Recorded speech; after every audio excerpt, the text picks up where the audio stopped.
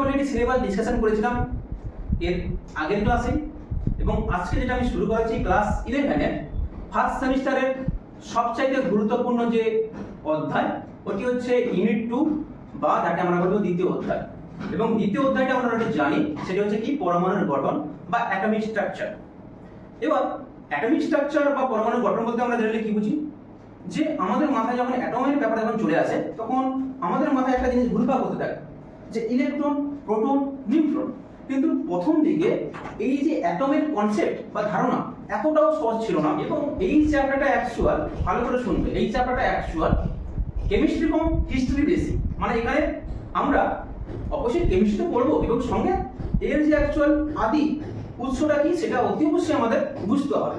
আর এটা যদি কানেক্টেড যদি হতে পারো তাহলে এই চ্যাপ্টার তোমাদের মগজে অতি অবশ্যই তোমরা রিলেট করার চেষ্টা করতে পারবে। তো অ্যাটম যে তোমরা স্ক্রিনে দেখতে পাচ্ছ, এই যে অ্যাটম, এটা হচ্ছে আমাদের 3D মডেল। এবং এই যে চ্যাপ্টার আমরা শুরু করব ক্লাস 11 ফার্স্ট সেমিস্টার, সেটা হচ্ছে পরমাণুর গঠন। ক্লিয়ার হতে পেরেছো? এবার যে সমস্ত সায়েন্টিস্টরা এই পরমাণু সম্বন্ধে বলেছিলেন তাদের অলরেডি আমরা ধীরে ধীরে তাদের সম্বন্ধে জানবো। তো চলো দেখো, ইনারাই হচ্ছেন আমাদের অ্যাটমের গড বা ভগবান বলতে পারো। নিচে স্ক্রিনে তোমরা দেখতে পাচ্ছ, দেখো যিনি প্রথম রয়েছেন উনি হচ্ছেন ডাল্টন বাবু। ডাল্টন বা জল ডাল্টন, উনি হচ্ছেন 1808 এ অ্যাটমিক কনসেপ্টের পুরোপুরি ধারণা দিয়েছিলেন।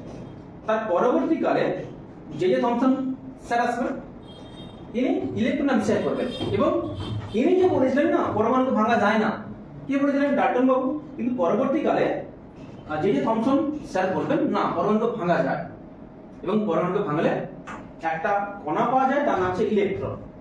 বোঝা গেল? এবং ইনি আরো সাহায্য করবেন গোল্ডস্টেইনকে, এবং গোল্ডস্টেইনকে দিয়ে উনি প্রোটনের আবিষ্কার করিয়ে নেবেন। পরবর্তীকালে চলে আসবেন কি বলতো আর্নেস্ট রাদারফোর্ড, উনি টেক পার্ট করবেন 1911, এবং তিনি তার রাদারফোর্ডের পরমাণু মডেলের সম্বন্ধে ধারণা দিবেন।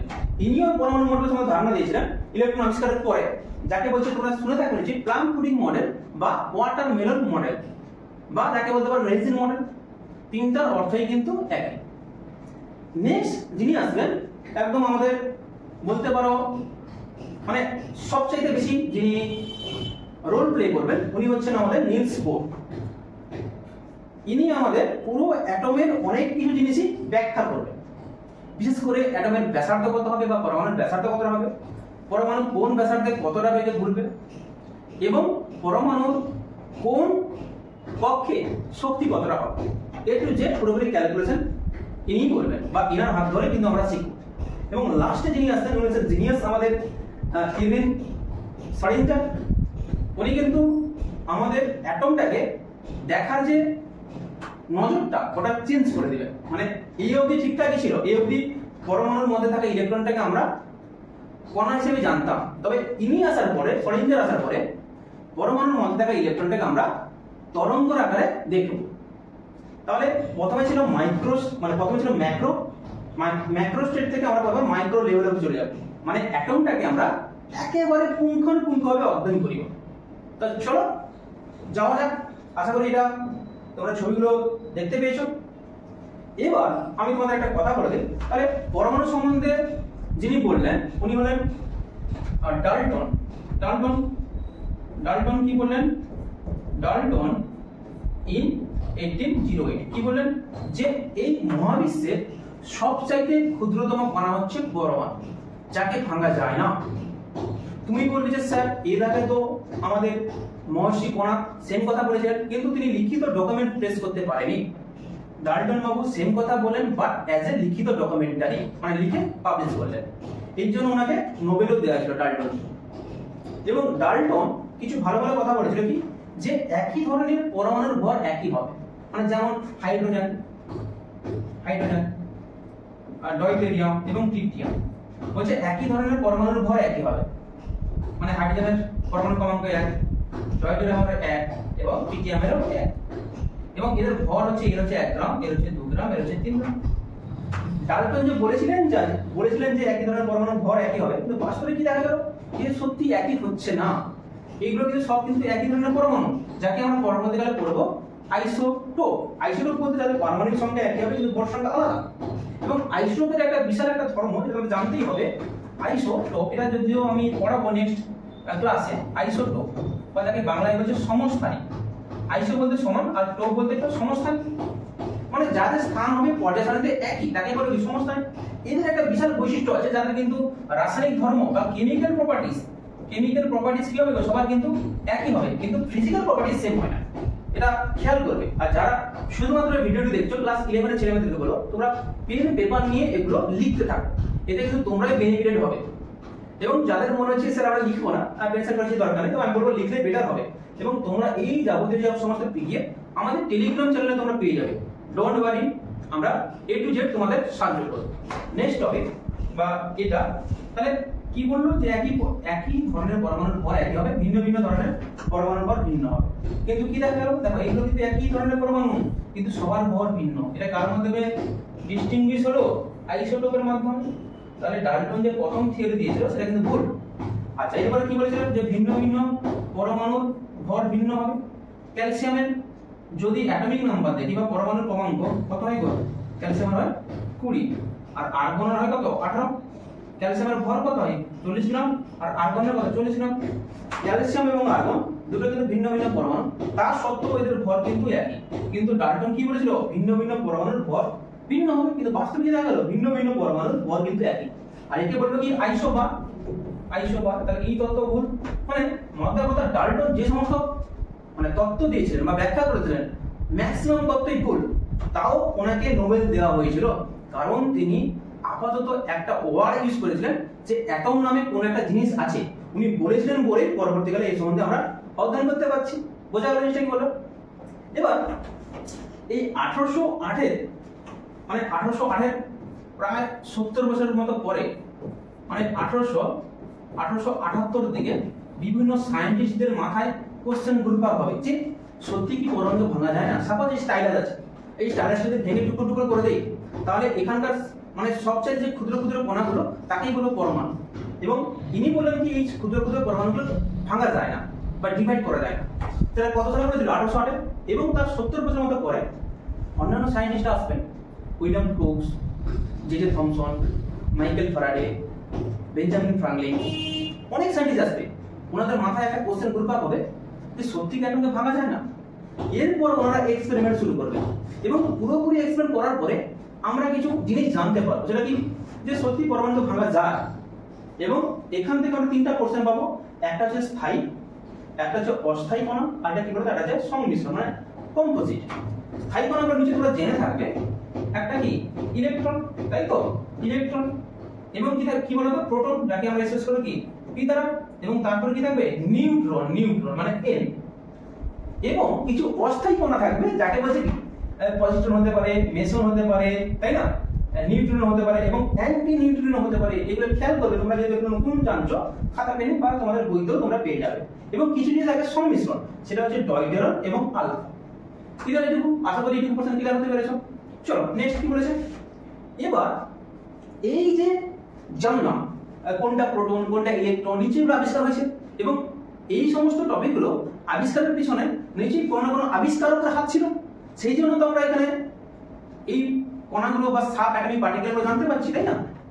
তো প্রথম যে এক্সপেরিমেন্টটা হয়েছিল সেটা হচ্ছে ক্যাথোড রশ্মির এক্সপেরিমেন্ট বা ক্যাথোড রশ্মির পরীক্ষা।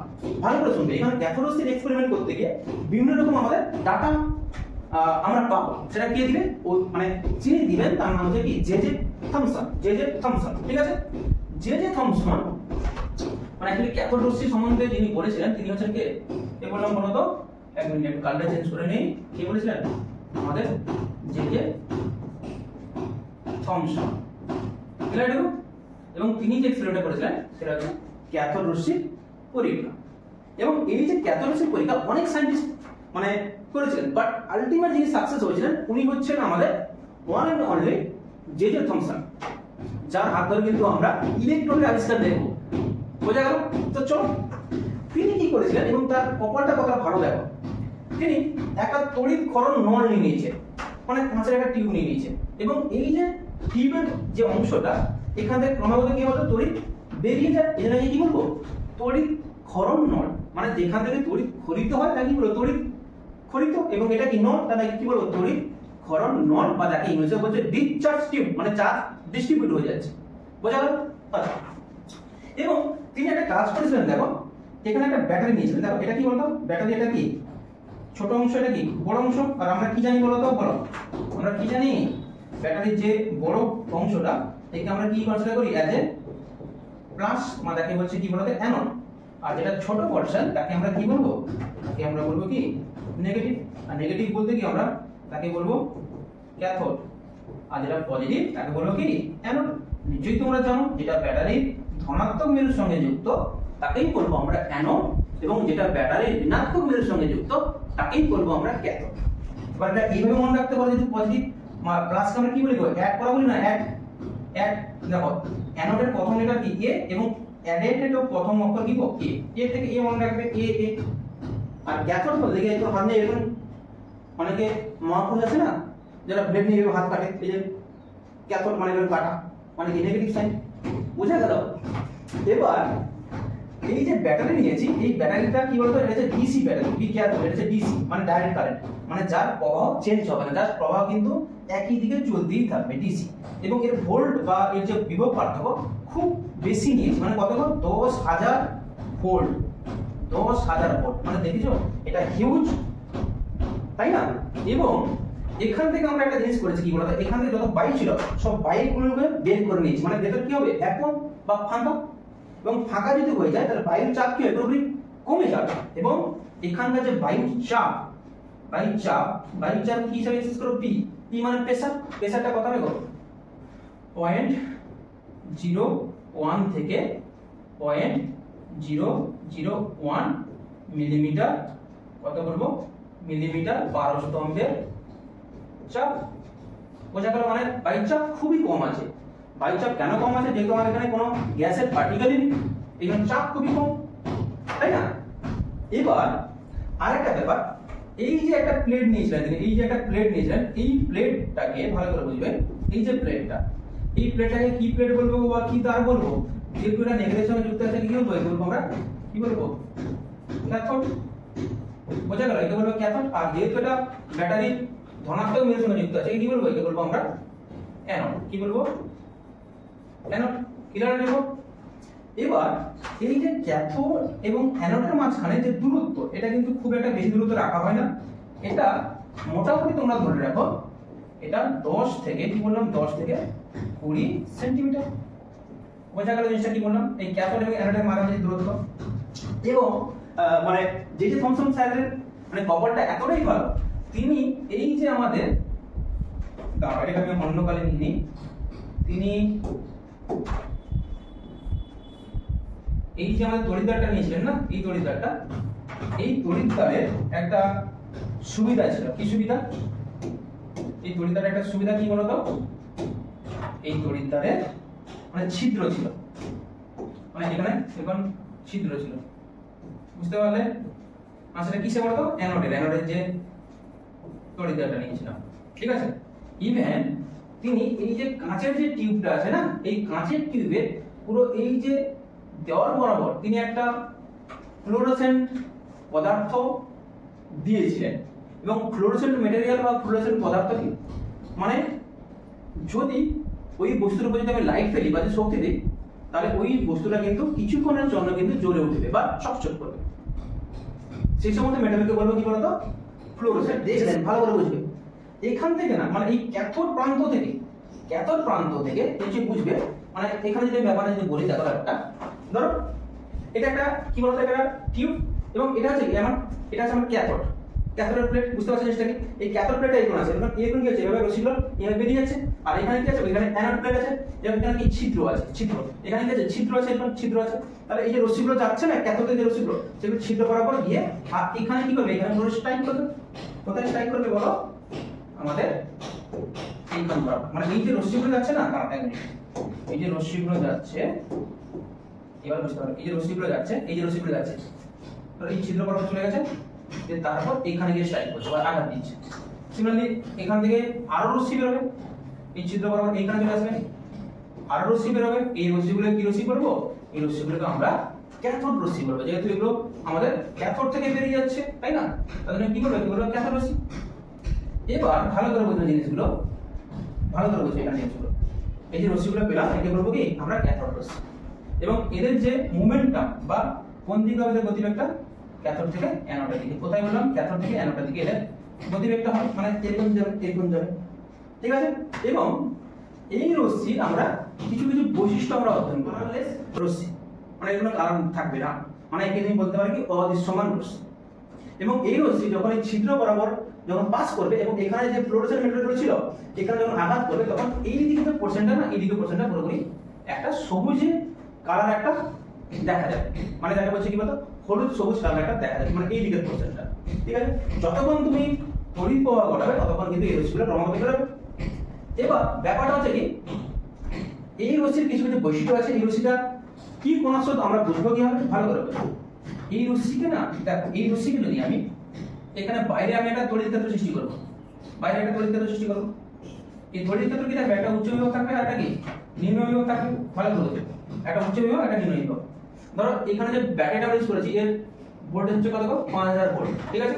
আর এটা কত ছিল? 10000 ভোল্ট। তাহলে এই রশ্মিগুলো যাওয়ার সময় না, আর এই রশ্মিগুলো যাচ্ছে যাচ্ছে যাচ্ছে যাচ্ছে, যাওয়ার সময় না এরকম বেঁকে যাবে, ঠিক আছে? যে এরকম যাচ্ছে, আবার এটাও যাওয়ার সময় এরকম বেঁকে যাচ্ছে, এটাও কি এরকম যাওয়ার সময় এরকম বেঁকে যাচ্ছে। কেন বেঁকে যাচ্ছে দেখো ভালো করে বুঝো, মানে এই যাওয়ার সময় এরকম গিয়ে এরকম যাচ্ছে। কারণ কি? কারণ এই রশ্মিটা নির্দিষ্ট কোনো আধানে আইট, সেই জন্য যাওয়ার সময় এই কিন্তু প্লাসের দিকে একটু কাত হয়ে যাচ্ছে। কারণ কি? কারণ এটা হচ্ছে আমাদের নেগেটিভ কণার স্রোত, নেগেটিভ কণার স্রোত। কারণ কি? এই নেগেটিভ কণার স্রোত বলে এই কিন্তু পজিটিভের একদম গা বেয়ে কিন্তু চলে যাচ্ছে, মানে এটা নেগেটিভ বলে এই প্লাসের দিকে আকর্ষিত হচ্ছে এবং মাইনাসের দিক দিয়ে কি বিকর্ষিত হচ্ছে। আমরা কি জানি? সমজাতীয় আধান কি করে আমাদের বিকর্ষণ করে, আর বিপরীত জাতীয় আধান কি করে আকর্ষণ করে, এটা আমরা এখন দেখতে পাচ্ছি। তাহলে এইটুকু শিওর, এই যে ক্যাথোড রশ্মিটা কি বলতো নেগেটিভ কণার স্রোত। তাহলে কি বললাম? এই যে ক্যাথোড রশ্মিটা কি কণার স্রোত গো? নেগেটিভ কণার স্রোত। এই যে তোমরা বুঝতে পারছো নেগেটিভ কণার স্রোত, বোঝা গেল? এবার এখানে তুমি ইলেকট্রিক ফিল্ড বা তড়িৎ ক্ষেত্র না রেখে তুমি এখানে ম্যাগনেটিক ফিল্ড যদি রেখে দাও, তাহলে এটা কিন্তু সেই সেম ডিফ্লেক্ট করবে, বোঝা গেল? মানে বিক্ষিপ্ত হবে। এবং এই রশ্মির আরো অনেকগুলো বৈশিষ্ট্য আছে যেগুলো আমরা ধীরে ধীরে পড়ব। ক্লিয়ার এটুকু? তাহলে ক্যাথোড রশ্মিগুলো কি? নাম্বার 1 হচ্ছে কি অদৃশ্যমান, এবং ক্যাথোড রশ্মি কিন্তু ক্যাথোড থেকে বেরিয়ে গিয়ে অ্যানোডের দিকে যাচ্ছে, ঠিক আছে? এবং এখানে মানে জে থমসন আরেকটা জিনিস তিনি দেখেছিলেন, কি বলতো?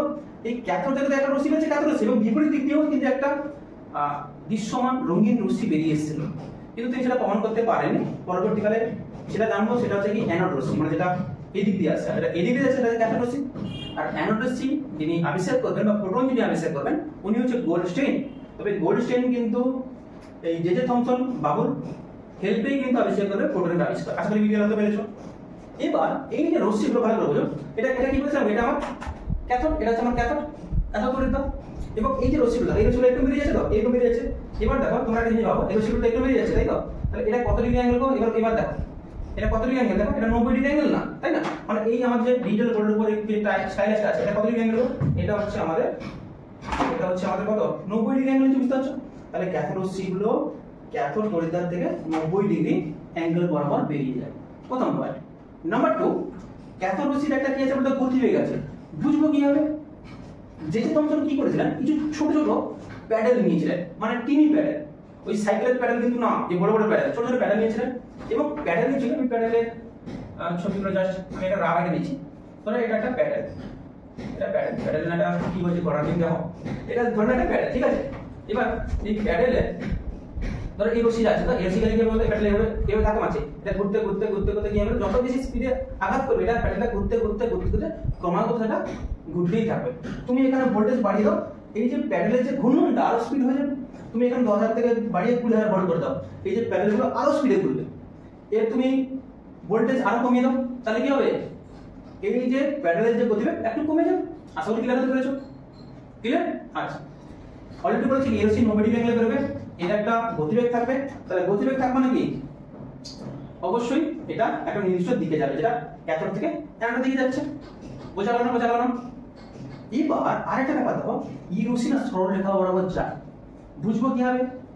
আচ্ছা, জে থমসন ছিলেন কি অ্যাজ এ খ্রিস্টান, মানে খ্রিস্টানদের একটা বৈশিষ্ট্য দেখবে, ওনারা গলায় কিন্তু জিসাস ক্রাইস্টের লকেট ইউজ করতেন। ইনি কি করেছেন, তার লকেটটাকে খুলে না, তার লকেটটাকে খুলে এখানে রেখে দিয়েছেন, এখানে রেখে দিয়েছেন। এটা হচ্ছে যিশু খ্রিস্টের একটা লকেট, ঠিক আছে, এই লকেটের যে ছবিটা সেটা কিন্তু এইখানে এই তড়িৎদ্বারে বা অ্যানোডে কিন্তু তার একটা প্রতিচ্ছবি সৃষ্টি হবে। যেহেতু আমার রশ্মি এদিকে যাচ্ছে, ধরো শ্যাডো কিভাবে তৈরি হয়, ধরো আমি এখানে দাঁড়িয়েছি, সামনে থেকে লাইট পড়ছে, তাহলে আমার যে শ্যাডো সেটা কিন্তু বোর্ডে এখানে দেখা যাবে, তাই না? তাহলে লাইট যদি এভাবে আসে, আমি যদি অস্বচ্ছ যদি বস্তু হই, তাহলে আমাদের শ্যাডো পেছনে তৈরি। এরকম এটা অস্বচ্ছ বস্তু, লাইট বলছে মানে ক্যালকুলেশন হয়ে যাচ্ছে, আর এই যে প্রতিচ্ছবি আমরা এখানে পাচ্ছি। ক্লিয়ার হতে পেরেছো? তাহলে এটা সরল রেখা বরাবর যায়। ক্লিয়ার? আচ্ছা, এর আরো কিছু কিছু স্পেশাল বৈশিষ্ট্য আছে। এ না গ্যাসকে আয়নিত করতে পারে, মানে কেমন? ধরো এটা ভাইটাল পয়েন্ট, গ্যাসকে আয়নিত করতে পারে। তারপর যেটা হাইড্রোজেন ছিল, হাইড্রোজেন একটা প্রোটন একটা ইলেকট্রন, তাই তো? একটা প্রোটন একটা ইলেকট্রন। এবার ব্যাপারটা দেখো, এইভাবে রশ্মি আছে, ক্যাথোড থেকে রশ্মি আছে, এইভাবে গিয়েছিল, রশ্মি ভাবে অ্যাপ্লাই করেছে, এই কি হবে? এই রশ্মিটা গিয়ে ইলেকট্রনে আঘাত করবে, তাহলে ইলেকট্রন কি হবে? এখান থেকে বেরিয়ে যাবে, তাই না? ইলেকট্রন যদি বেরিয়ে যায়, এখান থেকে কি হবে? একটা ইলেকট্রন পাবো, আর সঙ্গে কি পাবো? এটা যেটা হাইড্রোজেন ছিল কি পাবো? হাইড্রোজেন প্লাস পেলাম। তাহলে এটা কি ছিল? প্রথমে ছিল হাইড্রোজেন, তারপরে কি হলো? হাইড্রোজেন প্লাস, মানে গ্যাসকে আয়নিত করলো না, আয়নিত করলো, মানে ক্যাটায়ন তৈরি করলো। বোঝা গেল না? বোঝা গেল না? আশা করি জিনিসগুলো ক্লিয়ার হতে পেরেছো। ইভেন এই রশ্মি যদি কোনো বস্তুর উপর যদি পড়ে, তাহলে ওই বস্তুর কিন্তু উষ্ণতা পরপর বাড়তে থাকবে। ক্লিয়ার তো? মানে এই সমস্ত যাবতীয় যা পয়েন্টগুলো বইতে সুন্দরভাবে দেওয়া আছে। ক্লিয়ার? আর সবচেয়ে যেটা বড় কথা দেখো, যে থমসন এই যে রশ্মির নাম দিয়েছিল কি বলতো? নেগেট্রন। যেহেতু নেগেটিভ, এর দিয়েছিল কি নেগেট্রন। পরবর্তীকালে সায়েন্টিস্টনিক এর নাম দিলেন ইলেকট্রন। ক্লিয়ার? দেখো ইলেকট্রন নাম কিন্তু মানে যে থমসন দেননি, যিনি দিয়েছিলেন উনি হচ্ছে স্টনিক। এবং যে থমসন আরেকটা ভালো কাজ দেখলেন, সেটা কি বলতো? এখানে যেটা আমরা দেখলাম সেটা হচ্ছে কি, যে এই রশ্মি মানে এখানে যে তড়িৎদ্বার নিচে তার উপর নির্ভর করে না, মানে এখানে তড়িৎদ্বার তুমি সোনা নিতে পারো, লোহা নিতে পারো, রূপা, যা নিয়ে নাও, রশ্মি কিন্তু ক্রমাগত বেরিয়েই যাচ্ছে। মানে এই রশ্মিগুলো এমন কিছু রশ্মি যেটা কিন্তু সমস্ত বস্তু থেকে বেরিয়ে আসে, যাকে বলবো কি ফান্ডামেন্টাল রশ্মি, মানে একদম বেসিক রশ্মি। যদি এটা এখানে যদি সোনা নিতাম, সোনা, তাহলে সোনা থেকে যদি শুধু বেরোতো, বা যদি রূপা থেকে শুধু যদি বেরোতো, তাহলে বলতাম কি এটা স্পেসিফিক, মানে শুধুমাত্র রূপা বা গোল্ড থেকে বেরোয়। কিন্তু এটা কি সমস্ত ধাতু থেকে বেরোচ্ছে। তাহলে এটা কি বলবো? এটা এমন কিছু রশ্মি বা এমন কিছু কণা যেটা সমস্ত বস্তুর কাছে বেরিয়ে আসে। ক্লিয়ার? ইভেন তুমি এখানে তড়িৎদ্বার চেঞ্জ করে দাও, এটা চেঞ্জ করে দাও, রশ্মি ক্রমাগত বেরোবে। ইভেন তুমি এখানে গ্যাস চেঞ্জ করো, এখানে তুমি হাইড্রোজেন রাখতে পারো, হিলিয়াম রাখতে পারো, নিয়ন, যাই রাখো না, এই গ্যাসটা কিন্তু মানে এখানে তুমি যে কোনো গ্যাস রাখো না, এই রশ্মি কিন্তু ক্রমাগত বেরোতেই থাকবে। মানে মোটা কথা, এই যে রশ্মিটা এখানকার তড়িৎদ্বার এবং এর মধ্যে থাকা গ্যাসের উপর নির্ভর করবে না। ক্লিয়ার নয় এর উপর। এবং তিনি আরেকটা ভালো কাজ করেছিলেন যে থমসন, ওটা হচ্ছে সবচেয়ে ভাইটাল কাজ। সেটা কি? তিনি যেটা করেছেন E/m, মানে ইলেকট্রনের আধান এবং ইলেকট্রনের ভরের অনুপাত বের করেছিলেন। তিনি কিন্তু ইলেকট্রনের পার্টিকুলার আধান বের করেননি এবং ইলেকট্রন ভর বের করেননি, তাদের অনুপাত বের করেছিলেন। মানে তোমরা কনফিউশন হয়ে গেলে, স্যার এইটার মধ্যে পার্থক্য কি? বিশাল পার্থক্য আছে।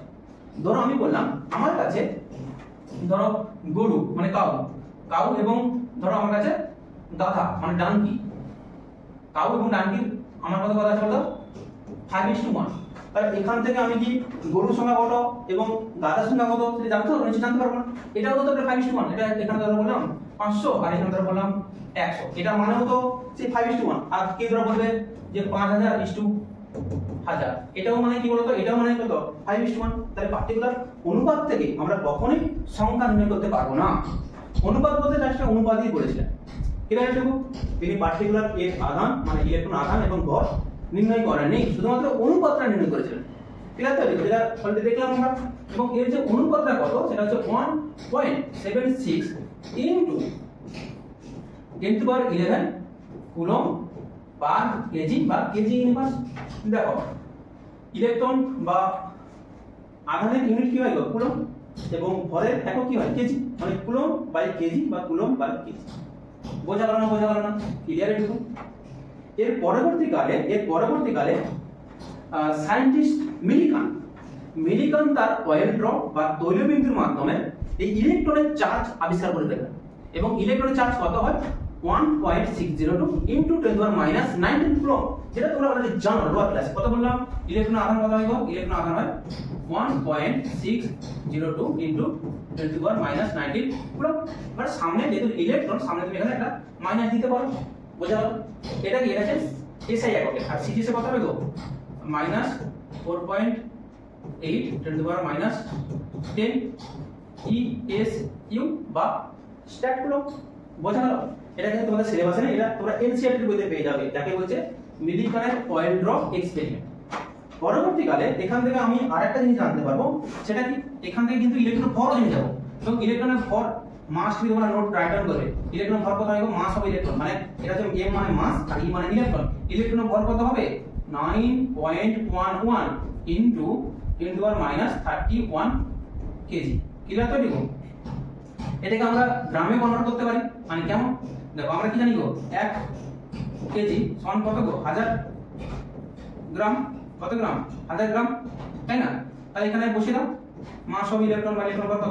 9.11 into 10 to the power minus 31। আচ্ছা এটাকে 1 দ্বারা গুণ করো, তাহলে 1 কেজি। তো ধরা বললাম কি হয় পাচ্ছি, ধরা বললাম a গুণিতক 1 মানে কি আলটিমেটলি a পাচ্ছি। তাহলে এই যে পুরো টার্মটা গুণিতক 1 মানে কি এটাই ফিরে আসবে আমাদের। তাহলে এখানে কত বসাবো? 1 কেজি জায়গায় কত বসাবো? 1000, বলো 1000 গ্রাম। তাহলে এটাকে মডিফাই করে নাও, 9.11 into 10 to the power minus 31 into কত হবে গো? 1000 টাকে কি লিখতে পারি? 10 কিউব গ্রাম, তাই তো? 10 কিউব গ্রাম। তাহলে এটা কত হবে? 9.11 ইনটু কত হবে? 10 to the power minus 28, তাই তো? হ্যাঁ 28 গ্রাম। এই ডাটাটা একদম স্টার্ট দাও, প্রচুর কাজে লাগবে। ইলেকট্রনের ভর বোঝা গেল? এবার ভরটা কিভাবে নির্ণয় করছি দেখো, আমরা ভরটা আমরা কিভাবে নির্ণয় করছি দেখো। আমরা কি জানি গো? আমরা যেটা জানি দেখো ভালো করে বুঝবে। আমরা অলরেডি ইলেকট্রনের আধান বাই ভর এটা কত জানি গো? অলরেডি জানি কত? 1.76 into 10 to the power 11 coulomb per KG বা কেজি ইনভার্স। আচ্ছা ভালো কথা। আচ্ছা ইলেকট্রন আধানটা আমরা জেনে গেছি, সেটা কত? -1.602 into 10 to the power minus 19 coulomb, তাই তো? আচ্ছা এবার আমি কি করব? আমি এখানে ভর বের করতে চাই, তো তাহলে কি করব দেখো, E বাই যদি E বাই n করে দিই, তাই তো? আচ্ছা দেখো এখানে দেখো E বাই n, না এর ভ্যালু জানি আর এর ভ্যালু জানি, ঠিক? এর ভ্যালু দেখেন জানি, আমি এই ভ্যালু জানি, আর E বাই n এর ভ্যালু বসাও, কত পাবো বলো? এর ভ্যালু কত? 1.76 into 10 to the power 11 coulomb per KG. বোঝা গেল? আচ্ছা বাই কত হবে গো? এটা হবে 1. আমরা সাইনটা নিচ্ছি না, জাস্ট ভ্যালুটাই নিচ্ছি, আর ডোন্ট ওয়ারি। দেখো 102 ইনটু 10 to the power কত? -19 কুলম্ব, ঠিক আছে? আচ্ছা এটা ভ্যালুটা পরে দেখছি, দেখো এটা কি হবে গো? এটা একটু মডেট করো, E ইনটু কি হবে? m বাই e, মানে এটা পারাটি করলে কি বেশি মাত্রা m পাবো, মানে ভর এটা করলে কত হবে? পারাটি করলে 9.11 10 to the power মাইনাস কত হবে? 31 কেজি। বোঝা গেল জিনিসটা কি বললাম? এটা পুরোপুরি ক্যালকুলেশন করতে হবে, আর কি ক্যালকুলেশন করার পর এটা পাবো, এবং এটা প্রচুর ইম্পর্টেন্ট, ভালো করে বুঝো। আর একটা ব্যাপার দেখো, মাস অফ প্রোটন মানে প্রোটনের ভরটা কিন্তু ইলেকট্রনের ভরের 1836 গুণ, মানে 1836 ইনটু কত গো? মাস অফ ইলেকট্রন, মানে একটা ইলেকট্রনের ভর যদি 1 গ্রাম হয়, একটা প্রোটনের ভর কিন্তু 1836 গ্রাম হবে। বোঝা গেল? আর মাস অফ নিউটন কত হবে? মাস অফ নিউটনটা কিন্তু ইলেকট্রনের তুলনায় 1837 গুণ ভারী। এটা কি হবে? মাস অফ ইলেকট্রন, মানে ইলেকট্রনের ভর, এটা হচ্ছে নিউটনের ভর। বোঝা গেল? আচ্ছা এবার দেখো ব্যাপারটা কি বলেছি আমি, আমরা চলো এটা কি হলো, আমরা ক্যাথোড রশ্মিটা অলরেডি হয়ে গেল। এবার চলো অ্যানোড রশ্মি। তাহলে ক্যাথোড রশ্মি থেকে আমরা কি পেলাম গো? ক্যাথোড রশ্মি থেকে আমরা ইলেকট্রনের পুরোপুরি আবিষ্কার হয়ে গেল, মানে ক্যাথোড রশ্মি থেকে যেটা আমরা আবিষ্কার করলাম সেটা হচ্ছে ইলেকট্রন। বোঝা গেল জিনিসটা কি বললাম? নেক্সট চলো এখান থেকে কি পেলাম, এটা হচ্ছে ইলেকট্রন। এটা কত সালে হলো? 1897 সালে কি আবিষ্কার করলো? যেটা সমস্ত ইলেকট্রন আবিষ্কার আমরা আমাদের হয়ে গেল। নেক্সট চলো অ্যানোড। এবার অ্যানোড রশ্মিটা কি বলতো? আমি অলরেডি বললাম, দেখো ক্যাথোড থেকে দেখো এটা কি, ধরো এটা মাইনাস, তো এটা যদি মাইনাস যদি হয়, এক সেকেন্ড, এটা যদি মাইনাস যদি হয় আর এটা যদি প্লাস যদি হয়, তাহলে এটা আমি দেখে কিন্তু বুঝতে পারছি এটা কি গো? এটা হচ্ছে আমাদের কি বলো? ক্যাথোড, তাই তো? আর এটা কি? এটা হবে আমাদের ওয়ান এন্ড অনলি নোট, ঠিক আছে? এবার এখানে একটা ব্যাপার দেখো, এখানে চাপটা না আগে তো একটু বাড়িয়ে দিয়েছি, মানে কত? এটা দিয়েছি 0.1 মিলিমিটার পার আটমের চাপ। চাপ বেশি মানে কি? এখানে কি থাকবে? গ্যাসের পার্টিকেল থাকবে। এখানে কি গ্যাস নিয়েছি? হাইড্রোজেন। এখানে কি গ্যাস নিয়েছি? Hydrogen gas. ভালো করে বুঝবে, এখানে কি নিয়েছি? Hydrogen gas. আচ্ছা তোদের প্রথম কোশ্চেন, স্যার অন্যান্য গ্যাস থাকে, আপনি শুধুমাত্র হাইড্রোজেন গ্যাস কেন নিয়েছেন, তাই না? স্বাভাবিক প্রশ্ন হতে পারে। তবে এখানে কেন নিয়েছি এবার দেখো ভালো করে। ধরো E বাই m এর যে অনুপাত কখন বেশি হবে? যখন E তো সবার এক ইলেকট্রনের আধান, হাইড্রোজেন হলো 1.6 × 10⁻⁻19 কুলম্ব, হিলিয়াম হলো সেম, লিথিয়াম হলো সেম, কিন্তু এদের ইলেকট্রন আকার সেম হতে পারে কিন্তু ভর সবার সাথে সমান না। এখানে m এর ভ্যালু যত কম হবে বা ভরের মান যত কম হবে, ওভারঅল E/m এর যে মান সর্বোচ্চ হবে। মানে শুধুমাত্র দেখো হাইড্রোজেনের ভর কত হয়, শুধুমাত্র 1 গ্রাম, তাই তো? তাহলে E/m এর ভ্যালু যদি ম্যাক্সিমাম করতে চাই, তাহলে এখানে m টাকে মিনিমাম করতে হবে। সেটা তখনই সম্ভব যদি এখানে হাইড্রোজেন নিই। এই জন্য আমরা এখানে কি নিয়েছি, হাইড্রোজেন নিয়েছি। এবার এখানে দেখো ক্যাথোড থেকে ক্যাথোড রশ্মি পুশ করে বের হবে, দিয়ে এখানে যে ইলেকট্রনটা আছে না, ইলেকট্রন কি হবে, আঘাত করবে। আচ্ছা, আঘাত করার ফলে কি উৎপন্ন হয়, কি বলেছিলাম, ক্যাথোড রশ্মি এমন একটা রশ্মি যেটা কিন্তু গ্যাসকে কি করতে পারে, আয়নিত করতে পারে। তাহলে এই ইলেকট্রনকে উড়িয়ে দেয়, ইলেকট্রনকে বের করে দিবে, তাহলে কি হবে, এখান থেকে হাইড্রোজেন প্লাস এবং কি হবে গো, ইলেকট্রন, তাই তো? এখানে হচ্ছে অনেকগুলো কি হাইড্রোজেন প্লাস উৎপন্ন হবে, অনেকগুলো হাইড্রোজেন প্লাস উৎপন্ন হবে, সব গ্যাসকে আয়নিত করবে, বোঝা গেল? তাহলে এখানে পুরো অনেকগুলো H+ থেকে যাবে এবং এই যে H+ আর এখানে H+ উৎপন্ন হবে, পুরো টিউব বরাবর কি হবে, পুরো H+ উৎপন্ন হবে। তাহলে যে H+ গুলো ভালো করে বোঝো, তাহলে এই যে তড়িৎদ্বারটা আমাদের কি ছিল, প্লাস ছিল, তাই তো? এই তড়িৎদ্বারটা কি ছিল গো, আমাদের প্লাস ছিল, প্লাস ছিল, এটা মানে যেটা আমাদের কি অ্যানোড, আর এটা কি ছিল আমাদের মাইনাস, তাই তো? তাহলে এখন যে রশ্মিগুলো তোমরা দেখে বলো, এটা আমাদের কি H+, তাহলে এই H+ এদিকে না জীবনে যাবে না, এটাও প্লাস এটাও প্লাস, তাহলে এই কোন দিকে আসবে, এই এখন ঘুরে এই দিকে আসবে। মানে কি বলতো, এটা ক্যানেলের আকারে, যে ক্যানেল, যেটা কি বলা হয়, ক্যানেল রে, বোঝা গেল? মানে কিভাবে মানে ভিড়ের মধ্যে দিয়ে যাবে ক্যানেল রে। তাহলে এটা কিন্তু এখান থেকে ঘুরে এই মাইনাসের দিকে আসবে, কারণ কি প্রোটন হচ্ছে প্লাস, তাহলে এই প্লাস হলো যত প্লাসে ঘুরে এদিকে আসবে। এবং এই যে রশ্মিগুলো কি হলো, দৃশ্যমান, মানে এদের একটা নির্দিষ্ট কালার থাকে, বোঝা গেল? এবং এই রশ্মির একটা ভরবেগ থাকবে, কারণ এর একটা ভর আছে এবং সঙ্গে বেগ আছে, ভরবেগ থাকবে।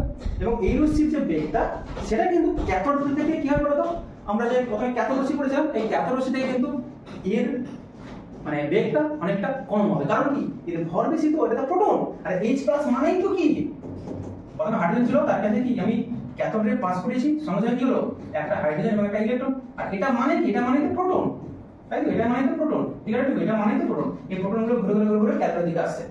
আর ওখানে কি ছিল, ক্যাথোড থেকে ক্যাথোড রশ্মি উৎপন্ন হয়েছিল, কিন্তু এখানে অ্যানোড থেকে কিন্তু অ্যানোড রশ্মি উৎপন্ন হয়নি, এখানে কিন্তু গ্যাস থেকে কিন্তু অ্যানোড রশ্মি উৎপন্ন হয়েছে। বি কেয়ারফুল, বোঝা গেল জিনিসটা বললাম, বোঝা গেল? এবং পরবর্তীকালে এটা কি করেছিল, এটা আবিষ্কার কে গো, এটা হচ্ছে গোল্ডস্টিন। কি বলবে, গোল্ডস্টিন কি আবিষ্কার করলো, গোল্ডস্টিন আবিষ্কার করলো কি, প্রোটন। কি বললাম, প্রোটন, ঠিক আছে? ক্লিয়ার? দেখো আসলে পুরোপুরি এটা বুঝতে পেরেছো, কিছু নেই এগুলো। সেখানে ক্যাথোড থেকে রশ্মি ক্যাথোডে গিয়েছিল, আর এখানে কিন্তু অ্যানোড থেকে আসেনি, গ্যাসিয়াস আয়ন থেকে ঘুরে এখানে আসছে। ক্লিয়ার হতে পেরেছো? একে বলছি কি, অ্যানোড রশ্মি। এবার নেক্সট কি বলেছে, ক্যাথোড হলো, অ্যানোড হলো, মানে ইলেকট্রন হলো, প্রোটন হলো। এর পরে কি আসবে, এর পরে আসবে, এর অনেক বছর মধ্যে পরে কি আসবে, 1932 কি আসবে, স্যাটিন। কি বললাম, ইংরেজি বলে স্যাটিন, ঠিক আছে? স্যাটিন কে আবিষ্কার করবে, নিউট্রন। ধরো আমি বললাম আমার কাছে একটা মোবাইল আছে, তাহলে আমি যদি মোবাইল যদি ভেঙে ফেলি, তাহলে ব্যাটারি পাবো, ক্যামেরা পাবো, তার মোবাইলের কভার থেকে কভার পাবো।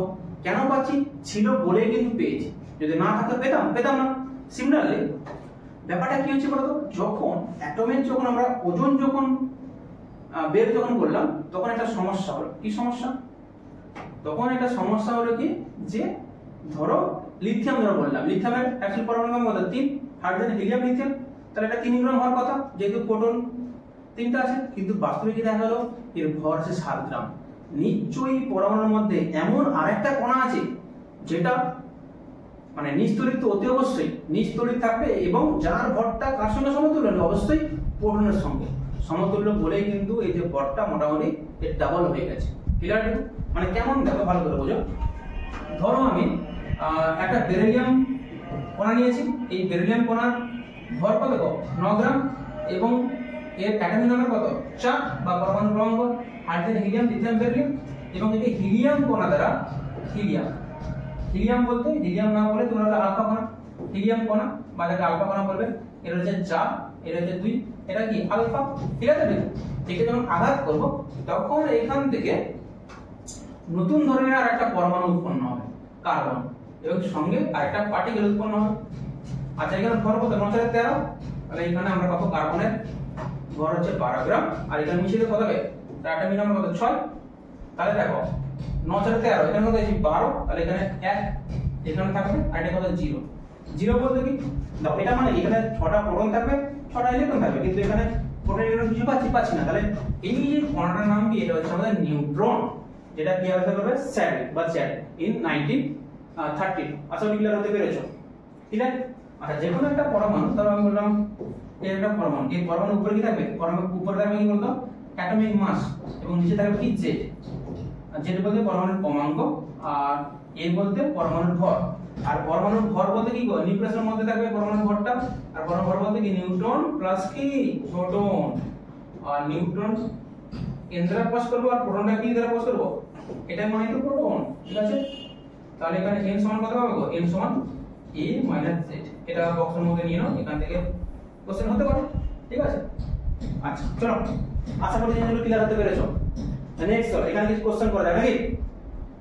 আচ্ছা এই মডেলটা মানে ব্যাপারটা কি যে থমসন তো কি করেছে যে থমসনটা অলরেডি আমাদের ইলেকট্রন আবিষ্কার করে ফেলেছে তাই না পরবর্তীকালে যে থমসন কি একটা তত্ত্ব দিল সেই তত্ত্বটার নাম কি সেটা হচ্ছে ওয়াটারমেলন মডেল বা প্লাম পুডিং মডেল এই মডেলটা কি সমাজ একটা তরমুজ নিয়ে নাও এবার তরমুজটা কেটে দাও কেটে দেওয়ার পরে এই যে লাল অংশ থাকবে না এই লাল অংশটা ওটা হচ্ছে কি পরমাণু প্রোটন মানে প্লাস প্লাস প্লাস প্লাস এবং ওই তরমুজের ভিতরে যে 20টা থাকবে সেটা হচ্ছে কি মাইনাস তবে এখানে একটা ব্যাপার যতগুলো প্রোটন থাকবে ততগুলো কিন্তু মানে ইলেকট্রন থাকবে মানে এই যে প্লাম পুডিং মডেল দিয়েছিল এর পরে কিন্তু নিউটন আবিষ্কার হয়েছে মানে নিউটন আবিষ্কার হওয়ার আগেই কিন্তু প্লাম পুডিং মডেলটা চলে এসেছিল যদিও এই মডেলটা ভুল মানে তুমি একটা পরমাণুকে ফুটবল আকারে কনসিডার করো এই ফুটবলের পুরো সারফেস বা পরিধি বরাবর কি আছে plus plus plus plus plus মাঝখানে যেখানে সেখানে চলে যেতে মানে প্লাসও আছে এবং ভেতরের দিকে যে সারফেস মানে ভিতরে যে অংশটা মানে ভিতরের অংশটা এখানে কি মাইনাস মাইনাস মাইনাস মাইনাস মানে ইলেকট্রন আছে ক্লিয়ার হয়ে যাবো একে প্লাম পুডিং মডেল বা ওয়াটারমেলন মডেল বা রেজিন মডেলও বলতে পারো নেক্সট চলো কিছু কোশ্চেন করা যায় নাকি দেখো নিটের কোশ্চেন দেখো কি বলেছে ভালো করে বুঝো চলো কি বলেছে select the correct statement from the following মানে এদের কাছ থেকে যেটা সঠিক তথ্য সেটা আমাদের সিলেকশন করতে হবে অ্যাটম বা পরমাণু আমি বাংলায় বলে দিচ্ছি সমস্যা নেই atom of all elements are composed মানে গঠিত হয় অফ টু ফান্ডামেন্টাল পার্টিকেল জীবন না কি কি দ্বারা গঠিত হয় প্রোটন থাকে নিউট্রন থাকে এবং কি থাকে ইলেকট্রন থাকে এটা তো ফান্ডামেন্টাল পার্টিকেল তাহলে এটা আমার কি হবে ক্রস হবে ঠিক আছে the mass of the electron এটা ঠিক আছে b ঠিক আছে আচ্ছা তাহলে কি বলছে all isotopes of given element show same chemical properties মানে একই ধরনের রাসায়নিক ধর্ম দেখাবে হ্যাঁ এটাও ঠিক আছে তুই বলেছিলাম আইসোটোপের সময় আচ্ছা proton and electrons are collectively known as nucleon একদমই না নিউক্লিয়ন বলতে কি নিউক্লিয়াসের মধ্যে থাকবে নিউট্রন এবং প্রোটন যদি থাকলো এখানে কি দিয়েছে এখানে যেটা দিয়েছে প্রোটন এবং ইলেকট্রন তাহলে এটাও কাটা ডিটাও কাটা ডাল্টন অ্যাটমিক থিওরি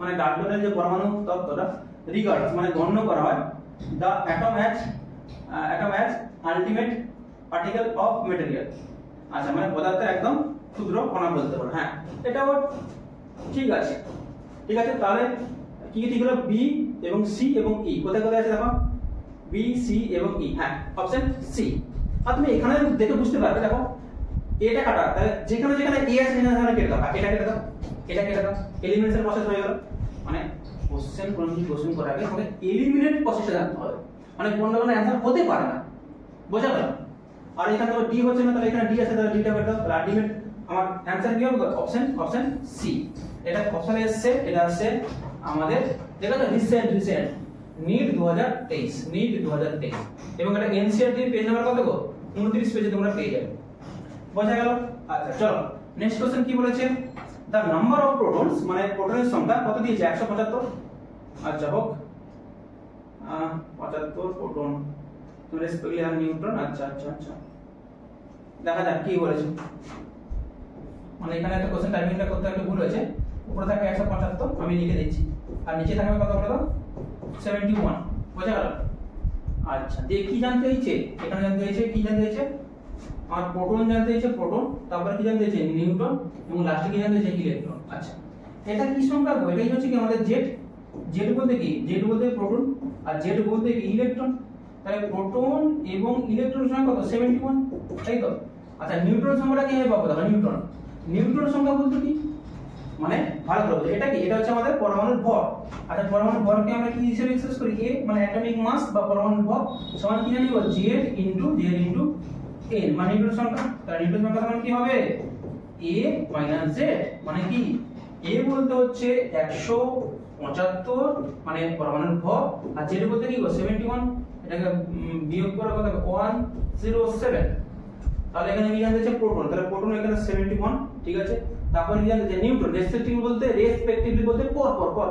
প্রথমে প্রোটন জানতে চাইছে, প্রথমে প্রোটন, তারপর কি জানতে চাইছে? নিউট্রন, তারপর কি গো? ইলেকট্রন। প্রোটন কত? 71, ইলেকট্রন 71, এটা কত? 104। তাহলে এই অর্ডার কোথায় আছে দেখো? হ্যাঁ অপশন 1 মানে অপশন এ। ক্লিয়ার? দেখো